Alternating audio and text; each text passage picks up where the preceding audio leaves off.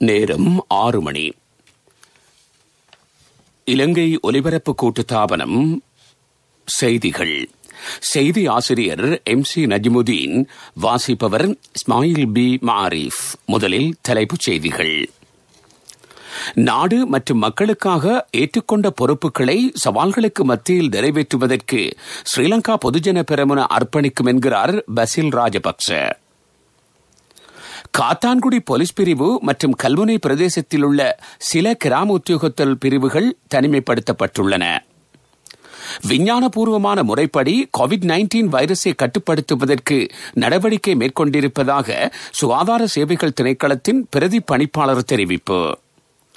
பதவியேற்று முதல் வருடத்திலேயே கொள்கை திட்டத்தில் குறிப்பிடப்பட்டிருந்த பிரதான விடயங்கள் பலவற்றை ஜனாதிபதி கோட்டாபய ராஜபக்ச நிறைவேற்றியிருப்பதாக சுட்டிக்காட்டப்பட்டுள்ளது. அமெரிக்க மருத்துவமனை ஒன்றில் 500க்கும் மேற்பட்ட COVID-19 தடுப்பு டோஸ்களை சேதப்படுத்திய குற்றச்சாட்டின் பேரில் மருந்தாளர் ஒருவர் கைது. நாடு பெற்ற வெற்றியை பாதுகாத்துக் கொண்டு நாட்டினதும் மக்களினதும் பொறுப்புகளை சவால்களுக்கு மத்தியில் நிறைவேற்றுவதற்கு ஸ்ரீலங்கா பொதுஜன பெரமுன அர்ப்பணிப்புடன் செயல்படும் என்று கட்சியின் ஸ்தாபகர் பசில் ராஜபக்ச தெரிவித்துள்ளார். ஸ்ரீலங்கா பொதுஜன பெரமுனவின் தலைமையகத்தில் நடைபெற்ற புதிய வருடத்திற்கான கடமைகளை ஆரம்பிக்கும் நிகழ்வில் பங்கேற்ற போதே அவர் இதனை குறிப்பிட்டார். COVID-19 தொற்று காரணமாக புதிய அரசாங்கம் முதல் வருடத்திலேயே சவால்மிக்க சந்தர்ப்பங்களை எதிர்கொண்டது. ஆயினும் இந்த வருடத்தில் பணிகளை விரைவாக மேற்கொள்ள எதிர்பார்ப்பதாக பசில் ராஜபக்ச தெரிவித்தார். காத்தான்குடி போலீஸ் பிரிவு மற்றும் கல்முனை பிரதேசத்தில் உள்ள சில கிராம உத்தியோகத்தர் பிரிவுகள் தனிமைப்படுத்தப்பட்டிருப்பதாக COVID-19 தொற்று பரவலை தடுக்கும் மத்திய நிலையம் அறிவித்துள்ளது. இதன்படி காத்தான்குடி போலீஸ் பிரிவுக்குட்பட்ட பகுதிகளும் Kalmunai 1, Kalmunai 1C, Kalmunai 1E, Kalmunai 2, Kalmunai 2B, Kalmunai 3, Kalmunai 3A ஆகிய பிரதேசங்கள் தனிமைப்படுத்தப்பட்டுள்ளன. இதேவேளை கல்முனைக்குடி 1, கல்முனைக்குடி 2, கல்முனைக்குடி 3 ஆகிய பிரதேசங்களும் தனிமைப்படுத்தப்பட்டிருப்பதாக COVID-19 வைரஸை தடுக்கும் மத்திய நிலையம் தெரிவித்துள்ளது.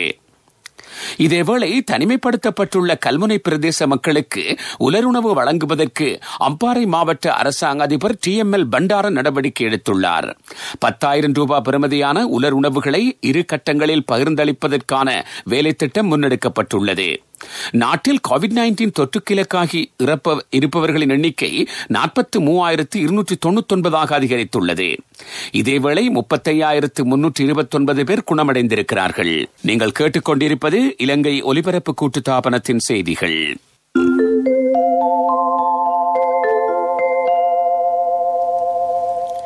நிபுணர்கள் முறைப்படி COVID-19 வைரஸை கட்டுப்படுத்துவதற்கு நடவடிக்கை மேற்கொண்டிருப்பதாக சுகாதார சேவைகள் திணைக்களத்தின் பிரதி பணிப்பாளர் டாக்டர் ஹேமந்த் ஹேரத் தெரிவித்துள்ளார். ஆர்ப்பாட்டங்கள் கோவிட் ஒழிப்பு நடவடிக்கைகளுக்கு இடையூறாக இருப்பதாக தெரிவித்த அவர் அவ்வாறான நடவடிக்கைகளை தவிர்க்குமாறும் கேட்டுக் கொண்டார். கொழும்பில் இன்று நடைபெற்ற ஊடகவியலாளர் சந்திப்பின் போதே டாக்டர் ஹேமந்த் ஹேரத் தெரிவித்தார். கோவிட் தடுப்பூசியை கொள்வனவு செய்வதற்கான நடவடிக்கை முன்னெடுக்கப்பட்டிருப்பதாக இந்த ஊடகவியலாளர் சந்திப்பில் கலந்து கொண்ட சுகாதார அபிவிருத்தி பணியகத்தின் பணிப்பாளர் டாக்டர் பாலித்த கருணாபேம கூறினார். கொரோனா பரவலை கட்டுப்படுத்துவதற்கு மீள் பரிசீலனை செய்து கொண்டு நடவடிக்கை முன்னெடுத்துச் செல்லப்பட வேண்டியிருப்பதாகவும் அவர் குறிப்பிட்டார். கோவிட் நோயாளர்களுக்கு சிகிச்சை அளிப்பதற்கு வைத்தியசாலைகளில் போதுமான அளவு வசதி இருப்பதாக அவர் கூறினார். பிரதேச செயலகங்கள், உள்ளூராட்சி மன்றங்கள் உட்பட பிரதேச நிறுவனங்களை இணைத்துக் கொண்டு கோவிட் தடுப்பு நடவடிக்கைகளை தொடர்ந்து முன்னெடுக்க இருப்பதாக டாக்டர் பாலித்த கருணாபேம கூறினார். பிரித்தானியா மற்றும் தென்னாப்பிரிக்காவில் புதிதாக இனங்காணப்பட்டிருக்கும் கொரோனா வைரஸ் ஏனைய வைரஸை விட 50% வேகத்தில் பரவக்கூடியதென்றும் ஸ்ரீ ஜாவர்தனபுர பல்கலைக்கழகத்தின் பேராசிரியர் நீலகா மலவிகே இந்த ஊடகவியலாளர் சந்திப்பின் போது தெரிவித்தார். கோட்டாபய ராஜபக்ச ஜனாதிபதியாக பதவியேற்று முதல் வருடத்திலேயே அவரது கொள்கை திட்டத்தில் குறிப்பிடப்பட்டிருந்த பிரதான விடயங்கள் பல நிறைவேற்றப்பட்டிருப்பதாக ராஜாங்க அமைச்சர் திலும் அமுனுகம தெரிவித்துள்ளார். இதன் மூலம் மக்கள் பயனடைந்திருப்பதாகவும் அவர் கூறினார். ஸ்ரீலங்கா பொதுஜன பெரமுன தலைமையகத்தில் இன்று நடைபெற்ற ஊடகவியலாளர் சந்திப்பின் போதே ராஜாங்க அமைச்சர் திலும் அமுனுகம இதனை கூறினார். ஸ்ரீலங்கா பொதுஜன பெரமுனவின் 4வது வருட பூர்த்தியை முன்னிட்டு தேர்தல் தொகுதி மட்டத்தில் சம்மேளன கூட்டங்கள் இன்று முன்னெடுக்கப்பட்டன. இதேவேளை நாளையும் கூட்டங்கள் நடைபெறும். களுத்துறை தேர்தல் தொகுதியில் இன்று இந்த கூட்டங்கள் நடைபெற்றன. கண்டி, மாத்தளை மாவட்டங்களிலும் சம்மேளன கூட்டம் இன்று இடம்பெற்றது. இலங்கை ஒலிபரப்பு கூட்டுத்தாபனம். இப்பொழுது நேரம் 6:06. மகரிப் தொழுகைக்கான அதான் கேட்கலாம். அல்லாஹு அக்பர், அல்லாஹு அக்பர்,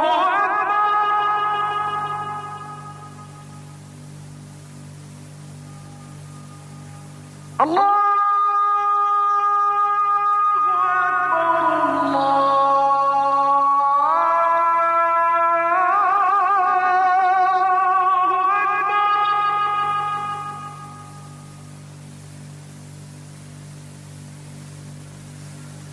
أشهد أن لا إله إلا الله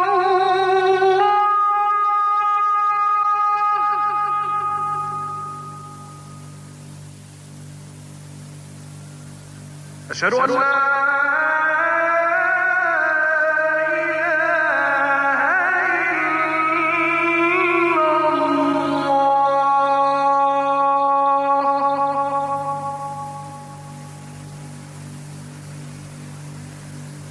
أشهد أن محمدًا رسول الله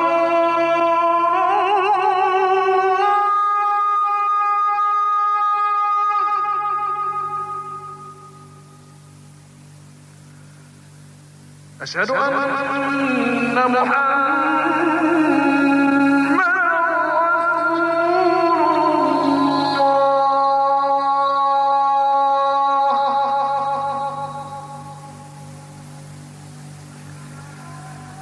حي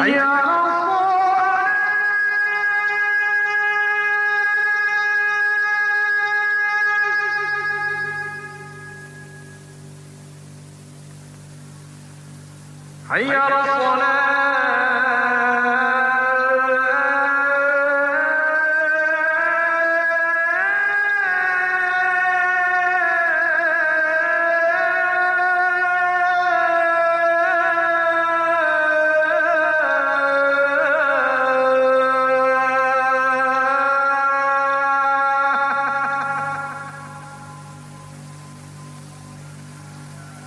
حي على الصلاة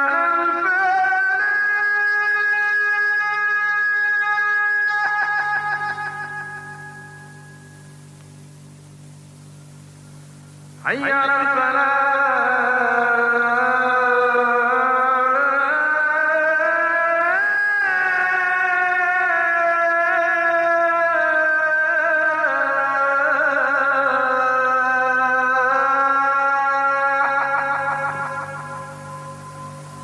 الله أكبر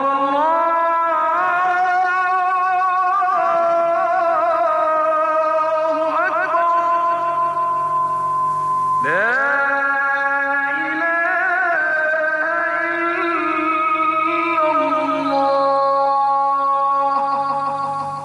மகரிப் தொழுகைக்கான அதான் கேட்டீர்கள்.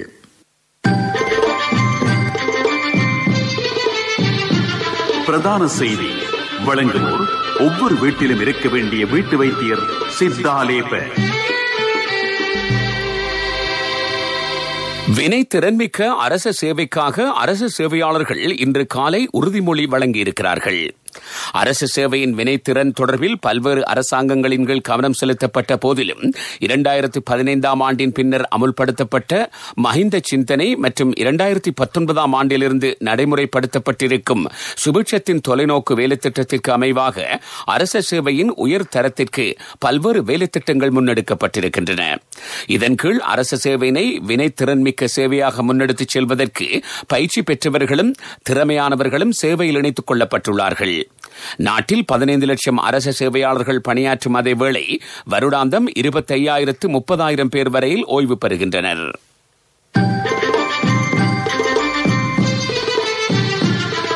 பிரதான செய்தி வழங்கியோர் ஒவ்வொரு வீட்டிலும் இருக்க வேண்டிய வீட்டு வைத்தியர் சித்தாலேப. உங்கள் கவனத்திற்கு மஸ்கலியா நகரம் மற்றும் கிளெண்டில் தோட்ட பகுதிகளில் குரங்குகளின் தொல்லை அதிகரித்திருப்பதாக மக்கள் தெரிவிக்கிறார்கள். குரங்குகள் வீடுகளுக்குள் நுழைந்து உணவுப் பொருட்களை உட்கொள்வதாக அவர்கள் அங்கலாய்க்கிறார்கள். இதனால் தாம் பல்வேறு அசௌகரியங்களை எதிர்கொள்வதாக பிரதேசவாசிகள் முறையிடுகின்றனர். இது விடயத்தில் வனஜீவராசிகள் திணைக்களம் கவனம் செலுத்தி உரிய நடவடிக்கை எடுக்க வேண்டும் என்பது மக்களின் கோரிக்கை. வாழ்வின் முதலடி வைக்கும் நாள் முதல் நம்பிக்கையின் முதல்வன் உங்களுடன் சகலத்தையும் பெற்றுக்கொள்ளும் ஒரே இடம் பீப்பிள்ஸ் லீசிங், நம்பிக்கையின் முதல்வன். உலகச் செய்திகள்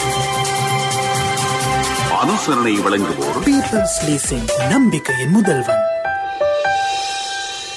அமெரிக்க மருத்துவமனை ஒன்றில் 500க்கும் மேற்பட்ட கோவிட்-19 தடுப்பூசி டோஸ்களை சேதப்படுத்திய குற்றச்சாட்டின் பேரில் மருந்தாளர் ஒருவர் கைது செய்யப்பட்டுள்ளார். விஸ்கன்சின் மருத்துவமனையைச் சேர்ந்தவரே இவ்வாறு கைது செய்யப்பட்டிருப்பதாக அமெரிக்க பாதுகாப்பு பிரிவு தெரிவித்துள்ளது. சந்தேக நபர் வேண்டுமென்றே தடுப்பூசிகளை நாசப்படுத்தியுள்ளமை ஆரம்பகட்ட விசாரணைகளில் தெரியவந்துள்ளது. கோவிட்-19 வைரஸை கட்டுப்படுத்துவதற்கு பல்வேறு பிரயத்தனங்கள் மேற்கொள்ளப்பட்டிருக்கும் இந்த தருணத்தில் குறித்த மருந்தாளரின் செயல்பாடு பல தரப்புகளினதும் விமர்சனத்திற்குள்ளாகியிருக்கிறது. ஆஸ்திரேலியாவில் பழங்குடிகளுக்கு கௌரவம் அளிக்கும் வகையில் அந்த நாட்டு தேசிய கீதத்தில் மாற்றம் செய்யப்பட்டிருக்கிறது.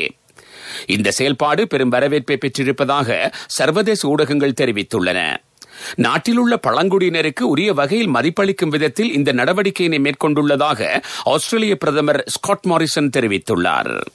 வாழ்வின் முதலடி வைக்கும் நாள் முதல் நம்பிக்கையின் முதல்வன் உங்களுடன் சகலத்தையும் பெற்றுக்கொள்ளும் ஒரே இடம் பீப்பிள்ஸ் லீசிங், நம்பிக்கையின் முதல்வன். அபிவிருத்தி செய்திகள்.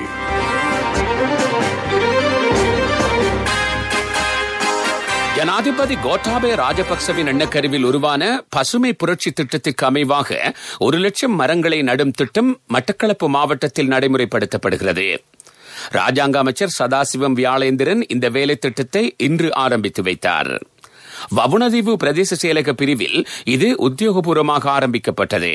இதேவேளை 1 லட்சம் மரங்களை நடும் திட்டத்தை முன்னிட்டு பிரதேச செயலக பிரிவில் சமுர்த்தி உதவி பெறும் குடும்பங்களுக்கு இலவசமாக மரக்கன்றுகள் விநியோகிக்கும் நிகழ்வும் இடம்பெற்றது. அபிவிருத்தி செய்தி கேட்டீர்கள். விளையாட்டுச் செய்திகள்.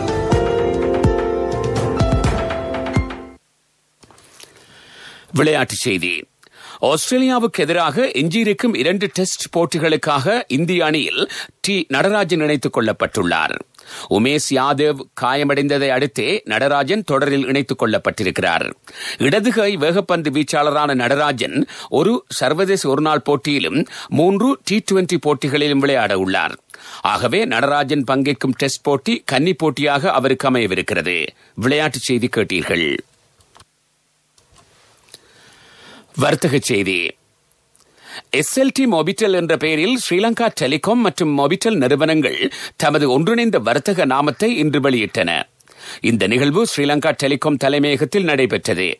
தேசத்தின் தகவல் மற்றும் தொடர்பாடல் தொழில்நுட்ப தீர்வுகள் வழங்கப்படும் போது தமது சேவையினை உறுதிப்படுத்தும் வகையில் இந்த வேலைத்திட்டம் முன்னெடுக்கப்பட்டுள்ளது. இன்றைய நிகழ்வில் டெலிகாம் குழுமத்தின் தவிசாளர் ரொஹான் பெர்னாண்டோ, டெலிகாம் குழும பிரதம நிறைவேற்ற அதிகாரி லலித் செனவிரட்ன, ஸ்ரீலங்கா டெலிகாம் நிறைவேற்ற அதிகாரி கீர்த்தி பெரேரா, மொபிட்டல் நிறுவனத்தின் இடைக்கால பிரதம நிறைவேற்ற அதிகாரி சந்திக்க விதாரண ஆகியோரும் பங்கேற்றிருந்தார்கள். பொருளாதார செய்திகள் அனுசரணை. அண்ணா 31க்கு நீங்க மகளுக்கு தங்கம் வாங்குவீங்கன்னு நான் எதிர்பார்க்க இல்ல. எந்த தங்கத்துக்கு தங்கம் கொடுக்க முடிஞ்சது எந்த LOLC கிரெடிட் கார்டு இருந்ததால. LOLC ஃபைனான்ஸ் கடன் அட்டை உங்களை மேலும் உயர்த்திட. கடந்த வருடத்தின் 3வது காலாண்டில் பொருளாதார நடவடிக்கைகள் 1.5% வளர்ச்சியை பதிவு செய்துள்ளதாக குடிசன மதிப்பீட்டு புள்ளி விவரவியல் திணைக்களம் அறிவித்துள்ளது. 3ஆம் காலாண்டிற்கான தேசிய கணக்கு மதிப்பீடுகள் என்ற அறிக்கையில் இந்த புள்ளி விவரங்கள் இடம்பெற்றுள்ளன. என் கணவன் எனக்கு தந்த மோதிரம் தான் என் வாழ்க்கை. LOLCக்கும் உங்களோட தங்கம் உயிரை போன்றது. உங்களோட தங்கம் எங்கள்கிட்ட இருக்கிற வரைக்கும் உங்களுக்கு ஆயுள் காப்புறுதி தருவது நாங்க மட்டும்தான். நேரத்துக்கு தவணை செலுத்த முடியாம போனா உங்களோட தங்கத்தை உங்களுக்கு திருப்பி தருவதுதான் எங்கட நோக்கம். உங்களால தவணையை நேரத்துக்கு செலுத்த முடியாம போனா அதுக்கு தீர்வும் நாங்க தருவோம். நான் எதிர்பார்த்த தொகையை விட அதிகம் கிடைச்சதும் இல்லாம வேலையும் சுலபமா முடிஞ்சு எனக்கு மதிப்புமிக்க பரிசும் கிடைச்சது. LOLCயிடம் இருந்து பெறும் சேவை தங்கத்துக்கு நிகரானது. LOLC ஃபைனான்ஸ் ரன்சவிரண்ய சேவை. காலநிலை அறிக்கை. வடக்கு, கிழக்கு, வடமத்திய, ஊவா மாகாணங்களிலும் அம்பாந்தோட்டை, நுவரெலியா, மாத்தளை மாவட்டங்களிலும் அவ்வப்போது மழை பெய்யக்கூடும் என்று வளிமண்டலவியல் திணைக்களம் எதிர்வு கூறியுள்ளது. சபரகமுவ மாகாணத்திலும் காலி, மாத்தறை மாவட்டங்களிலும் சில இடங்களில் 75 மில்லிமீட்டர் மழை வீழ்ச்சி பதிவாகக்கூடும். ஏனைய சில பிரதேசங்களில் இடியுடன் கூடிய மழை பெய்யலாம். இடியுடன் கூடிய மழை பெய்யும் போது பலத்த காற்றும் வீசக்கூடும் என்று திணைக்களம் வெளியிட்டிருக்கும் அறிக்கையில் குறிப்பிடப்பட்டிருக்கிறது. காலநிலை அறிக்கை கேட்டீர்கள். இனி மீண்டும் தலைப்புச் செய்திகள். நாடு மற்றும் மக்களுக்காக ஏற்றுக்கொண்ட பொறுப்புகளை சவால்களுக்கு மத்தியில் நிறைவேற்றுவதற்கு ஸ்ரீலங்கா பொதுஜன பெரமுன அர்ப்பணித்து செயல்படும் என்று பசில் ராஜபக்ச தெரிவிப்பு. காத்தாங்குடி போலீஸ் பிரிவு மற்றும் கல்முனை பிரதேசத்தில் உள்ள சில கிராம உத்தியோகத்தர் பிரிவுகள் தனிமைப்படுத்தப்பட்டுள்ளன. விஞ்ஞானபூர்வமான முறைப்படி COVID-19 வைரஸை கட்டுப்படுத்துவதற்கு நடவடிக்கை மேற்கொண்டிருப்பதாக சுகாதார சேவைகள் திணைக்களத்தின் பிரதி பணிப்பாளர் தெரிவிப்பு. பதவியேற்று முதல் வருடத்திலேயே கொள்கை திட்டத்தில் குறிப்பிடப்பட்டிருந்த பிரதான விடயங்கள் பலவற்றை ஜனாதிபதி கோட்டாபய ராஜபக்ச நிறைவேற்றியிருப்பதாக சுட்டிக்காட்டப்பட்டுள்ளது. அமெரிக்க மருத்துவமனை ஒன்றில் 500க்கும் மேற்பட்ட COVID-19 தடுப்பு டோஸ்களை சேதப்படுத்திய குற்றச்சாட்டின் பேரில் மருந்தாளர் ஒருவர் கைது. இத்துடன் செய்திகள் முடிவடைந்தன.